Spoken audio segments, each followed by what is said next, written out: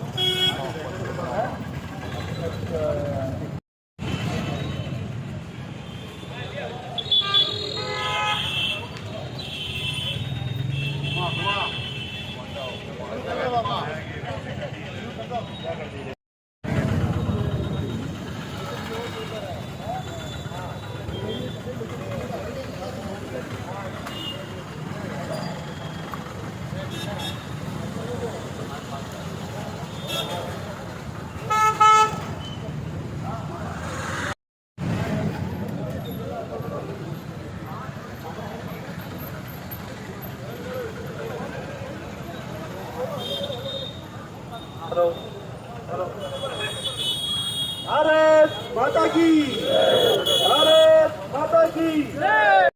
और हम सबको आशीर्वाद देंगे। पदम जी बेटा हमारे मनुष्य छोटे के साथ बड़े छोटे बन जाते हैं। कौन अब्दुल अली मुझे को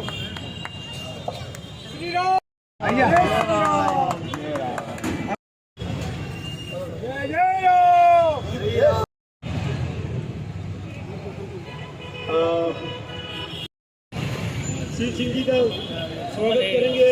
कमलेश गढ़े कमलेश वो है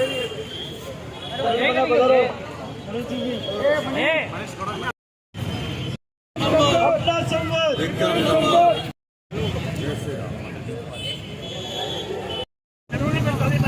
हैप्पी बर्थडे बोलते हैं,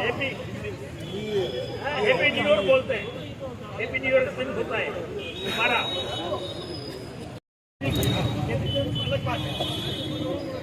अलग बात है। अखिल भारतीय नववर्ष समारोह समिति के इस रजिस्टर्ड बॉडी के उपाध्यक्ष भाई कमलेंद्र जी, हमारे नववर्ष समारोह समिति के सभी एग्जीक्यूटिव मेंबर्स जो यहाँ पीछे बैठे हैं मेरे साथ, मैं सबका नाम लेकर एक अलग पहचान इस क्षेत्र में बनाई है। ऐसे लोगों को जिनको कोई कभी बुलाकर सम्मान नहीं करता, उनको कभी उनके काम को रिकॉग्निशन नहीं मिला, ये विरासत विक्रमादित्य विरासत परिक्रमा आज उसी कड़ी में एक महत्वपूर्ण पड़ाव है और एक ऐसी अभूतपूर्व विरासत जो विरासत का हिस्सा है। इस विरासत परिक्रमा में उदयपुर में 9 दरवाजे सिंधिया ने यहां पर आक्रमण किया 1769 में, और जब 1769 में यहां पर आक्रमण हुए और आक्रमण के दौरान यहां राव रतन सिंह ने विद्रोह करके, मेवाड़ राजघराने से विद्रोह करके, और वो सिंधिया से जा मिला और उज्जैन के पास शिप्रा नदी के किनारे वहां पर उनसे मिलकर और उदयपुर पर पूरे आक्रमण की तैयारी की। परिस्थिति में आगे करें तो क्या करें। उस समय के जो प्रधानमंत्री थे मेवाड़ राज्य के, अमरचंद बड़वा, उसको लोगों ने षड्यंत्र पूर्वक हटवा दिया और जितने भी जागीरदार थे वो अलग अलग बिखर के और महाराणा से विद्रोह करने लगे, तब लोगों ने कहा कि महाराज खतरा माथे पर है, और अगर अमरचंद बड़वा जैसे पुराने हमारे जो मंत्री उसको वापस अगर बिठाएंगे तो शायद मेवाड़ का ये प्रतिष्ठा बचेगी। अमरचंद बड़वा सनाट्य ब्राह्मण थे, अमरचंद बड़वा सनाट्य ब्राह्मण थे। ये उदयपुर की जो शहर कोर्ट है, सबसे पहले जब उनको वापस प्रधानमंत्री बनाया गया तो उन्होंने कहा कि मैं सबसे पहले शहर को सुरक्षित करूंगा। उन्होंने, अमरचंद बड़वा ने सबसे पहले 9 किलोमीटर की शहर कोर्ट बनाई, और 9 का आंकड़ा चूंकि सही होता है हमारे शास्त्रों में, इसलिए उन्होंने 9 दरवाजे बनाए।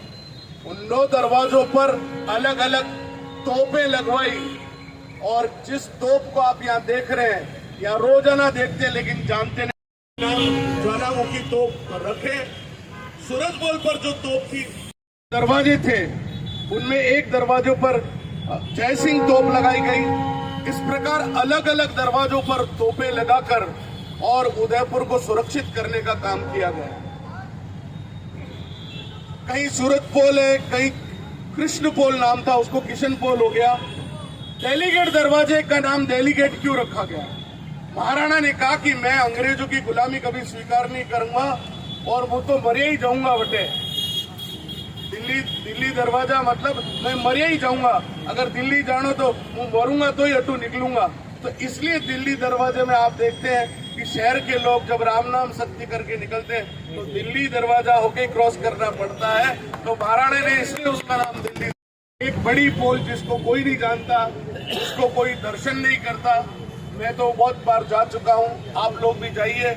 उस पोल का नाम है राम पोल, और वो राम पोल बड़ी ऐतिहासिक पोल है, और इतनी सुंदर हो गई है। आप जलबुर्ज की इधर से दूध तलई से आप जाएंगे तो ऊपर की तरफ चढ़ेंगे तो वो राम पोल वहां पर आपको दिखेगी। वो भी सुरक्षा की दृष्टि से बहुत महत्वपूर्ण थी। हमारे इन ऐतिहासिक दरवाजों के पीछे जिन इतिहास के पन्नों को जब हम टटोलने की कोशिश करते हैं तो हमको ऐसी अनेक बातें पता चली। मैं जब खोज रहा था तो इनमें से कहीं पर इन दरवाजों को मजबूत लगाने के लिए, आप सोचिए कि पदम जी, आप सोच नहीं सकते कि ये पिछोला जो है केवल मिट्टी और पत्थरों से इसकी जो है बांध जो इसको बांधा गया वो मिट्टी और पत्थर से बांधा गया। अब क्या टेक्नोलॉजी उस समय रही होगी, आज हमारे सीमेंट के बांध टूट जाते हैं, लेकिन ये मिट्टी का बना हुआ और पत्थर का बना हुआ बांध आज भी अक्षुण्ण खड़ा है और पिछोला पूरी दुनिया में प्रसिद्ध है। जिस महाराणा लाखा के समय एक बंजारा अपने गुजरात की यात्रा के लिए व्यापार करने आता था, तो वो पिछोला, उदयपुर से पहले जो गांव था उसका नाम था पिछोली।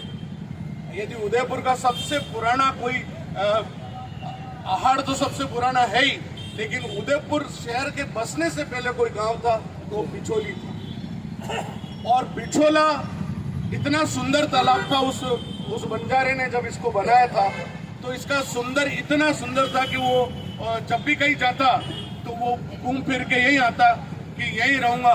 पिछोला का मतलब था पाछोला, यानी पाछो लेन आवे जो वो पिछोला। हमने कभी जानने की कोशिश नहीं की। इतिहास के इन पन्नों को हमारे बच्चों को बताने की जरूरत है। ये नववर्ष समारोह समिति इस विरासत परिक्रमा के माध्यम से इस विरासत के इसको बनाए रखने के लिए मैं इस सार्वजनिक मंच से मांग करता हूं कि नगर निगम इन सभी दरवाजों के इतिहास के पट्ट बनाकर यहाँ पर लगाए और लोगों को इसकी जानकारी मिल सके। मैं इस मंच के माध्यम से यह भी मांग करता हूं कि उदयपुर में एक स्थान पर महाराजा विक्रमादित्य की मूर्ति लगाई जाए, और वो विक्रमादित्य जिसके पराक्रम से पूरा विश्व जानता था। दुख इस बात का है कि हमारे कुछ लोगों ने जब इतिहास लिखने की बात आई तो अंग्रेजों ने कहा ये राजा हुआ, इसका प्रमाण क्या है, क्या तुम्हारे have you any documentary evidences? तो वो डॉक्यूमेंट्री एविडेंसेस, हम तो श्रुति परंपरा है, हमने जो कुछ वेद और उपनिषद भी थे बोले गए, लिखे नहीं गए, बाद में लिखे गए, तो हम तो सुनकर परंपरा को आगे बढ़ाते रहे। तो उन्होंने कहा हमारी परंपरा सुनने की लिखने की नहीं है। तो उन्होंने कहा ये इतिहास का हिस्सा नहीं हो सकते। तो रामचंद्र गुहा जैसे वामपंथी इतिहासकारों से उन्होंने जैसा अंग्रेजों ने चाहा इतिहास लिखा दिया और उन्होंने भी लिख दिया। और वो बात जो इतिहास का पन्ना कहता है, शिलालेख कहते हैं कि महाराजा विक्रमादित्य हुए थे और उन्होंने इस पृथ्वी पर सबसे पहले जो पंचांग है उसको सही ढंग से, चूंकि हम इस बात को समझते नहीं, लेकिन पृथ्वी का केंद्र बिंदु यदि कोई बनता है तो वो अवंतिका नगरी उज्जैन बनता है। इसलिए दुनिया भर के शिवलिंग सबकी जलेरी जो है वो उत्तर मुखी है। विश्व में केवल एकमात्र शिवलिंग महाकाल का शिवलिंग है कि जिसकी जलेरी दक्षिण दिशा की होती है। यानी हमारी पृथ्वी का जो सेंटर है वो यहाँ से टर्न होता है। यानी जितनी हमारे इस पंचांग का भी मान्यता नहीं बताया, महाकाल ने बनाया और उसको सही ढंग से कैलकुलेट करके उस पंचांग को व्यवस्थित करने का काम किसी ने किया तो महाराजा विक्रमादित्य ने किया।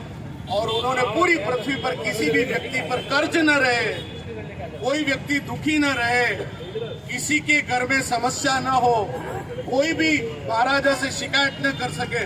वो इतने न्यायप्रिय थे कि इंद्र भी उनके पास आते थे और उनकी जो 32 अप्सराएं थी इंद्र की, वो चूंकि वहाँ उस माहौल में जब बहुत ज्यादा अटखेलियां करने लगी तब इंद्र ने शाप दिया कि तुम मूर्तिवत हो जाओ।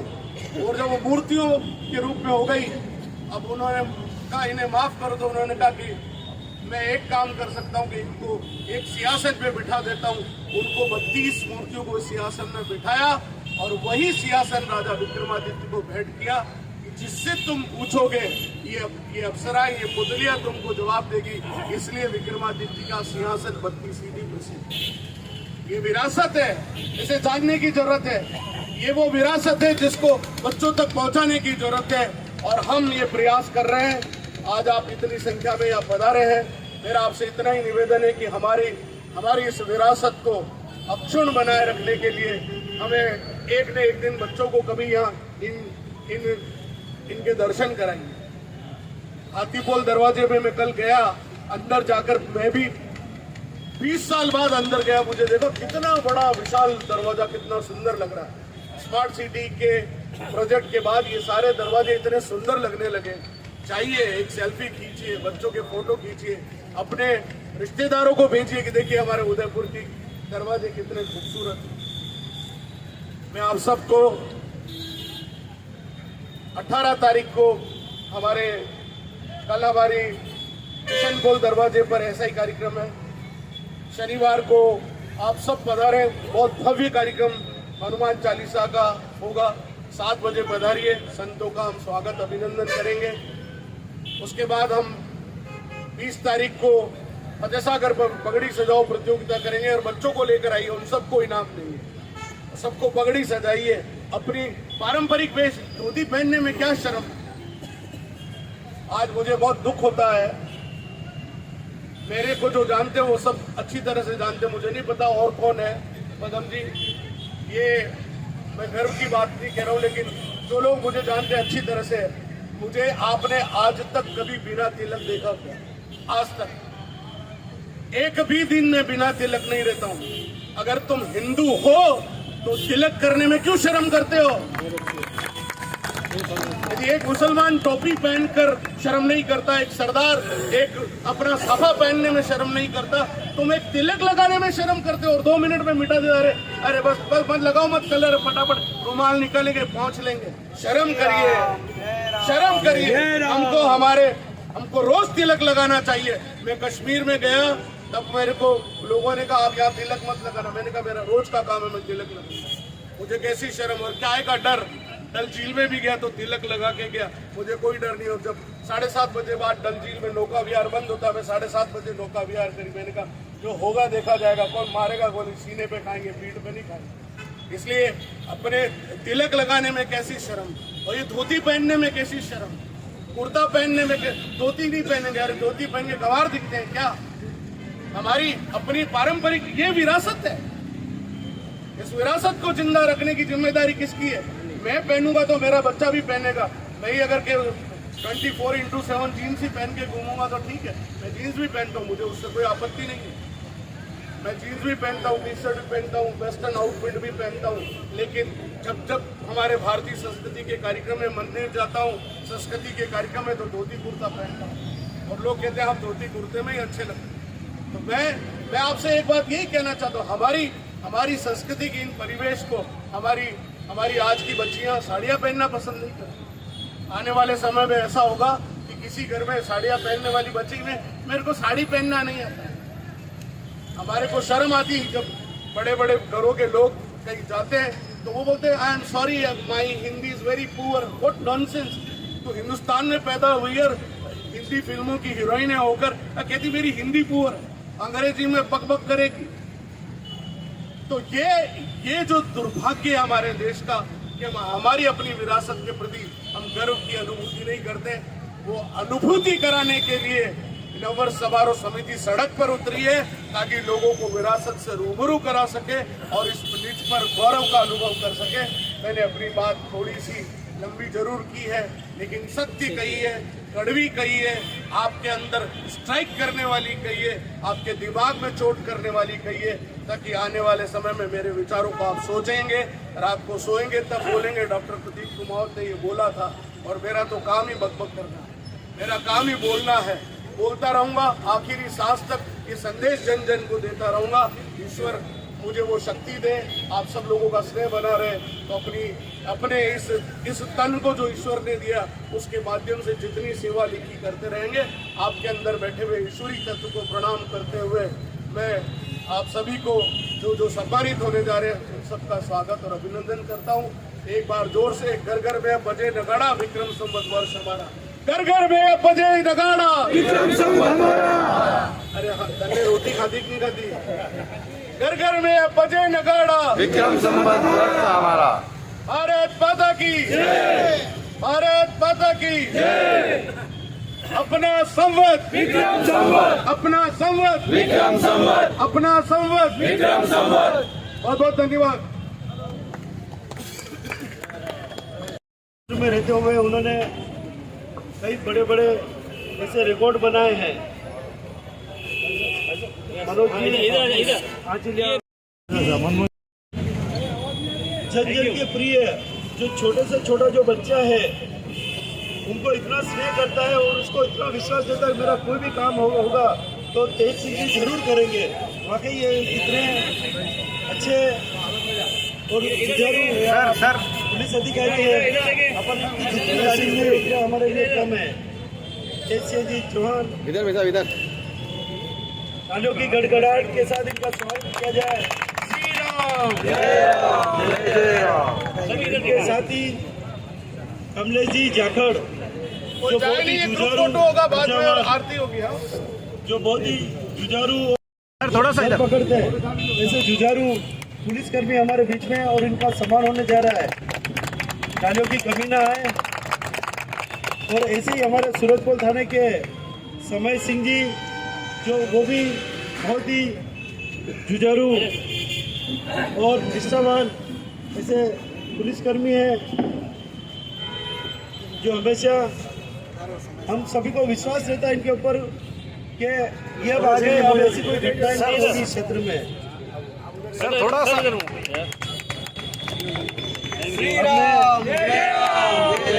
श्रीमती प्रेमलता साहू को आमंत्रित कर रहा हूँ जो टीबीसी सदस्य है। ये जो ठेला यूनियन है अभी जो 10 मैं श्रीमती रेखा को चौहान को आमंत्रित कर रहा हूँ की उपलब्धियाँ रही है। इधर देखें, ये सभी जो सम्मान पा रहे हैं ये अपने अपने क्षेत्र में एक से एक माहिर। श्री राम जय राम। 100 मेडल जीतूं अभी भी अंतर्राष्ट्रीय स्तर पर लगभग इन्होंने अभी तक जो मेडल जीते 82 मेडल के आसपास ये जीत चुके हैं और उनका लक्ष्य 100 मेडल में। अब नाथूलाल जी सेन मध्यपुर क्षेत्र में कोई भी धार्मिक सामाजिक ऐसे कोई भी कार्य होता है तो ये तन मन धन से बढ़ चढ़कर हिस्सा लेते हैं। ऐसे हमारे नाथूलाल जी सेन आज सारी व्हाट्सएप, व्यवस्था भी इनकी और आज से इसलिए इनको आज माला जो भी 100% आरती मैंने आपको व्हाट्सएप पे शेयर की है, आप चेक कर लेना।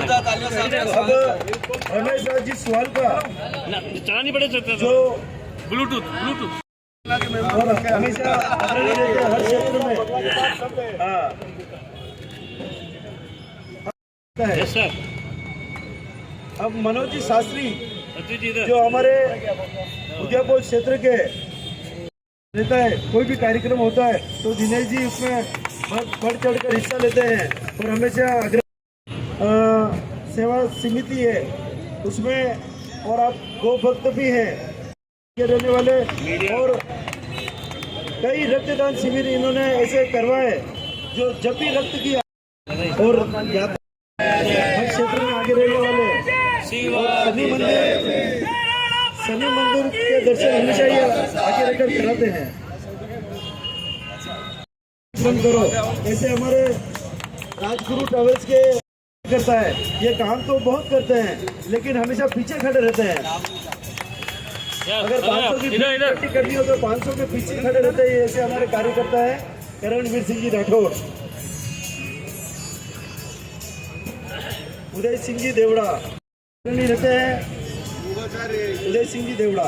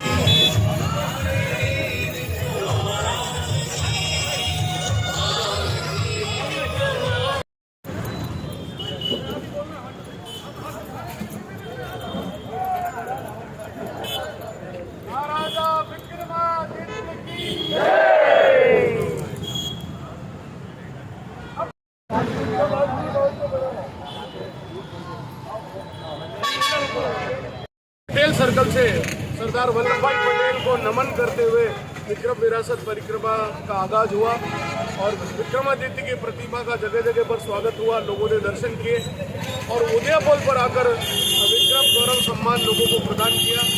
आज के कार्यक्रम की महत्वपूर्ण बात यह रही कि उदयपुर के दरवाजों के इतिहास के बारे में जानकारी जन जन तक पहुँचाई और यहाँ उदयपुर पर जो तोप लगी हुई उसका नाम ज्वालामुखी तोप है, ये भी लोगों को जानकारी आज प्राप्त हुई। हमने ऐतिहासिक दरवाजों और विरासत के संरक्षण का जो एक संदेश लोगों को दिया है, हम उसमें सफल हुए हैं। लोग इस विरासत को संरक्षित करने में आगे आएंगे और अपने इतिहास के प्रति गौरव अनुभव कर सकेंगे।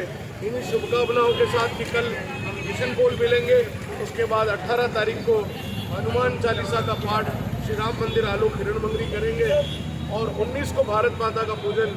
सूरजपोल जो किला था, सूरजपोल चौराया नहीं था, मूलतः सूरजपोल किला था जहाँ पर दोनों तरफ तोप लगी हुई थी, वहाँ पर हम भारत माता का पूजन करेंगे। 20 तारीख को पगड़ी सजाओ, 21 को हमारी विक्रमादित्य सांस्कृतिक चेतना यात्रा एकलिंगली से गणगौर घाट, वहाँ महाआरती का आयोजन होगा और फिर 22 तारीख को सुबह तिलक लगाएंगे चौराहे पर खड़े होकर और शाम को भव्य आतिशबाजी करेंगे दूध कलाई पर। सभी पधारे, बहुत बहुत धन्यवाद। अपना संवत विक्रम।